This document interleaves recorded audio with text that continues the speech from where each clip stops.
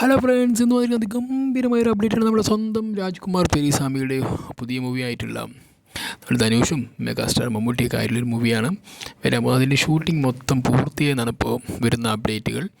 എന്തായാലും ഇദ്ദേഹത്തിനെ കുറിച്ച്, രാജ്കുമാർ പെരീസാമിനെ കുറിച്ച് പ്രത്യേകിച്ച് എടുത്ത് പറയേണ്ട ആവശ്യമില്ല. അമരൻ നിന്ന് വലിയൊരു ഹിറ്റ് മൂവി തമിഴ് സിനിമയ്ക്ക് കൊടുത്തിട്ടുള്ളൊരു പുതിയൊരു ഡയറക്ടറായിരുന്നു. അതും ശിവകാർത്തികേയൻ്റെ കരിയറിൽ ഏറ്റവും വൺ ഓഫ് ദ ബെസ്റ്റ് ഒരു ബ്ലോക്ക് ബസ്റ്ററും കൂടി കൊടുത്തു. അതിൽ 300 കോടിയോളം ആ സിനിമ കളക്ട് ചെയ്തു. രാജ്യസ്നേഹമാണ് മെയിൻ സിനിമയുടെ കഥ. ഒരു മെയിൻ എന്താ പറയുക, ഒരു മെയിനായിട്ടുള്ളൊരു കഥ. അതിനെ വളരെ രസകരമായി എടുക്കുകയും അതൊരു ട്രൂ ഇവൻറ്റ്സ് കൂടിയായിരുന്നു. അതിൽ സായി പല്ലവി ആണെങ്കിലും അവരുടെ പെർഫോമൻസും അതിഗംഭീരമായിരുന്നു. ഒരു എന്താ പറയുക, ഗംഭീരം പറഞ്ഞാൽ അതിമനോഹരമായ സിനിമ. ചിലപ്പോൾ ഒരുപക്ഷെ ഇങ്ങനെയൊരു സിനിമ നമ്മൾ ഒരുപാട് പട്ടാള സിനിമ കണ്ടിട്ടുണ്ടെങ്കിൽ ഇങ്ങനെയൊരു പട്ടാള സിനിമ നമ്മൾ ചിലപ്പോൾ ആദ്യമായിരിക്കും കാണാം. അത്ര മനോഹരമായിട്ട് സിനിമ എടുത്ത് അത് നമ്മളെ വിസ്മയിപ്പിച്ചു. ആ വലിയൊരു സ്ക്രീനിൽ കാണാനും കണ്ട് ചിലപ്പോൾ ഒരു നിമിഷം കണ്ണ് നിറയാനൊക്കെ നമ്മളെ ഒരവസരം ഒരുക്കി തന്ന വ്യക്തിയാണ് ഈ രാജ്കുമാർ പെരീസാമി പറയുന്നത്. അപ്പോൾ അദ്ദേഹത്തിൻ്റെ അടുത്ത മൂവി എന്ന് പറയുന്നത് നമ്മുടെ സ്വന്തം ഒരു നടിപ്പ് എന്ന് പറഞ്ഞ ആക്ടിങ് എന്ന് പറഞ്ഞാൽ തമിഴിലിപ്പോൾ നിൽക്കുന്നൊരു വൺ ഓഫ് ദ ബെസ്റ്റ് ആയിട്ടൊരു ആക്ടറും കൂടി ആയിട്ടുള്ള ധനുഷിൻ്റെ സിനിമയാണ്. അപ്പോൾ അദ്ദേഹത്തിൻ്റെ സിനിമയും കൂടി വരുന്ന അത് മമ്മൂട്ടി ആക്കി വരുന്നു. മമ്മൂട്ടിക്ക് വളരെ പ്രധാനപ്പെട്ടൊരു റോൾ തന്നെയാണ് ഈ സിനിമയിൽ കൊടുത്തിട്ടുള്ളതെന്ന് ഒരു റിപ്പോർട്ടും കൂടി വന്നിട്ടുണ്ട്. കാരണം മമ്മൂട്ടി അങ്ങനെ ആ സിനിമയിൽ നിന്നും പോയിട്ട് അഭിനയിക്കാൻ പോവില്ല. കാരണം അദ്ദേഹത്തിന് ക്യാരക്ടർ ഇഷ്ടപ്പെടുകയും ആ ക്യാരക്ടർ അദ്ദേഹം ഇതുവരെ ചെയ്തിട്ടില്ല എന്ന് തോന്നുകയാണെങ്കിൽ അദ്ദേഹം എന്തായാലും പോയി ആ സിനിമ അഭിനയിക്കും. അതിന് ഇവിടെ സംഭവിച്ചെങ്കിൽ രാജ്കുമാർ പെരീസാമിയുടെ ഒരു ആവശ്യം തന്നെയായിരുന്നു. അതോടൊപ്പം തന്നെ ഏറ്റവും കൂടുതൽ സാലറി കൊടുക്കാമെന്ന് പറഞ്ഞിട്ട് മമ്മൂട്ടി അത് നിരസിക്കുകയും, എനിക്ക് അത്രയും സാലറി ആവശ്യമില്ല, എൻ്റെ കഥാപാത്രത്തിന് ആ ഒരു സിനിമയിൽ ഇത്ര സ്പേസ് ഉള്ളൂ, അതുകൊണ്ട് ഇത്ര സാലറി എനിക്ക് മതി എന്ന് പറയുന്ന രീതിയിലേക്ക് മമ്മൂട്ടി എന്ന താരം വളർന്നു. കാരണം അദ്ദേഹത്തിന് ആവശ്യം ആ സിനിമയിൽ നിന്ന് കിട്ടുന്ന കാശൊന്നുമല്ല. ആ സിനിമയിലെ ക്യാരക്ടർ വളരെ രസകരമായിരുന്നു. അതുകൊണ്ട് തന്നെ ആ സിനിമയ്ക്ക് അദ്ദേഹം കൈ കൊടുത്തു. അത് തന്നെയാണ് സോഷ്യൽ മീഡിയയിൽ ഉടനീളം നടന്നൊരു പ്രചരിച്ചൊരു വലിയൊരു വാർത്ത. പക്ഷേ അത് വളരെ സത്യമുണ്ടെന്ന് പിന്നീട് നമുക്ക് തിരിച്ചറിഞ്ഞു.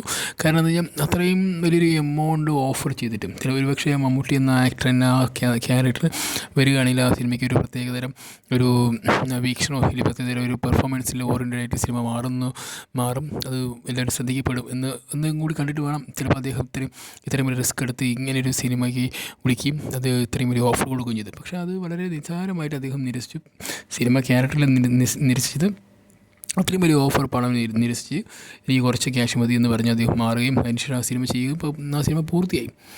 അപ്പോൾ എന്തായാലും ഗംഭീരമായൊരു സിനിമ തന്നെ ആയിരിക്കും എന്നുള്ള കാര്യത്തിൽ യാതൊരു സംശയം. കാരണം ധനുഷ് എന്ന് പറയുന്ന ആക്ടർ അറിയാലോ, കുറേ ആയിട്ട് അദ്ദേഹം ചെയ്യുന്ന സിനിമകളെല്ലാം തന്നെ ഒരു പ്രത്യേകതരം വൈബ് ഓറിയൻറ്റഡ് സിനിമയായിരിക്കും. അത് വളരെ അവരുടെ കൾച്ചറുമായിട്ട് കണക്റ്റ് ആയിട്ടും അതിലേക്ക് വരുന്ന ചെറിയ കഥാപാത്രങ്ങളും അതിൽ ചെറിയ വയലൻസും അങ്ങനെ കുറേ നല്ല നല്ല സീൻസെ കൂടി കാണിച്ചിട്ടുള്ള സിനിമ തന്നെയായിരിക്കും അദ്ദേഹം എപ്പോഴും ചെയ്യുന്നത്. ഈയിടെ അടുത്ത കാലത്ത് ചെയ്യുന്നു രായൻ അല്ലേ, അങ്ങനെ പടം ഈ അദ്ദേഹത്തിൻ്റെ ഡയറക്റ്റ് ചെയ്ത സിനിമയായിരുന്നു. അത് നല്ല രസമായിരുന്നു. ഒരു പക്ക ഒരു നല്ലൊരു മൂവിയായിട്ട് എനിക്ക് തോന്നിയിരുന്നു. പക്ഷേ എന്നാലും അദ്ദേഹത്തിൻ്റെ പല സിനിമകളും നമ്മൾ ഭയങ്കരമായിട്ട് ആസ്വദിച്ച് കാണുന്ന സിനിമകളാണ്. ധനുഷ് എന്ന ആക്ടറുണ്ട്, അദ്ദേഹം മരിച്ചൊക്കെ അഭിനയിക്കുന്നവരല്ലേ, ആ രീതിയിൽ ചെയ്യുന്നൊരു ആക്ടറായിട്ട് അദ്ദേഹം മാറി. എന്തായാലും അതിലേക്ക് വരുമ്പോൾ നമ്മുടെ മമ്മൂട്ടി കൂടി വരുമ്പോൾ രണ്ട് പെർഫോമൻസും കൂടി ആകുമ്പോൾ എങ്ങനെയാണ് കഥയും കഥാപാത്രത്തിലും പോകുന്നത് നമുക്ക് ഒരിക്കലും പ്രൊഡക്റ്റ് ചെയ്യാൻ പറ്റില്ല. അത്ര മനോഹരമായിട്ട് തന്നെയാണ് ഈ സിനിമയിലേക്ക് മമ്മൂട്ടി കൊണ്ടുവന്ന് ചെയ്തു എന്നാണ് അദ്ദേഹം പറയുന്നത്. അതുപോലെ അദ്ദേഹം ഈ രാജ്കുമാർ പെരീസാമിൻ്റെ സിനിമയിലാണ് അറിയില്ല, അദ്ദേഹത്തിൻ്റെ അമരൻ സിനിമയിലാണ് മമ്മൂട്ടിയെക്കുറിച്ച് ചെറിയ പരാമർശമുണ്ട്. അപ്പോൾ എന്തായാലും ചിലപ്പോൾ ഒരുപക്ഷെ ഇദ്ദേഹം മമ്മൂട്ടി എന്ന ആക്ടറിനെ വലിയതായിട്ട് ആരാധിക്കുകയോ അല്ലെങ്കിൽ അദ്ദേഹത്തിന് വേണ്ടി സിനിമ ചെയ്യാനൊക്കെ ആഗ്രഹമുള്ള വ്യക്തി തന്നെ ആയിരിക്കും. അതുകൊണ്ടാണല്ലോ ഈ സിനിമയിൽ ഇദ്ദേഹത്തിന് മമ്മൂട്ടിയെ കൊണ്ടുവന്നു. അമരനിലും മമ്മൂട്ടിൻ്റെ പേര് മാത്രം കൊണ്ടുവന്നിറങ്ങി മമ്മൂട്ടീൻ്റെ അടുത്ത സിനിമ വന്നു. എന്തായാലും അത് ഒരുപക്ഷെ ധനുഷിൻ്റെ ഒരു ഇൻഫ്ലുവൻസ് കൊണ്ട് തന്നെ ആയിരിക്കും ഈ സിനിമയിലേക്ക് മമ്മൂട്ടി കാലെടുത്ത് വെച്ചിരിക്കുന്നു.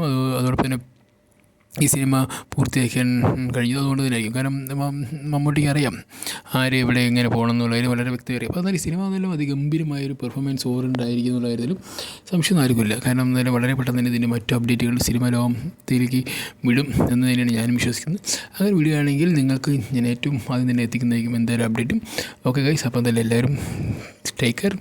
ഫുട്ബോൾ കളിക്കാൻ വരാൻ പോകണം, എല്ലാവരും ഒരു ടീമിനെ സപ്പോർട്ട് ചെയ്യുക, പക്ഷേ മതിമറന്നൊന്നും ചെയ്യാതിരിക്കുക. നാളെയും നമ്മൾ എല്ലാവരെയും പരസ്പരം കാണേണ്ടതാണ്.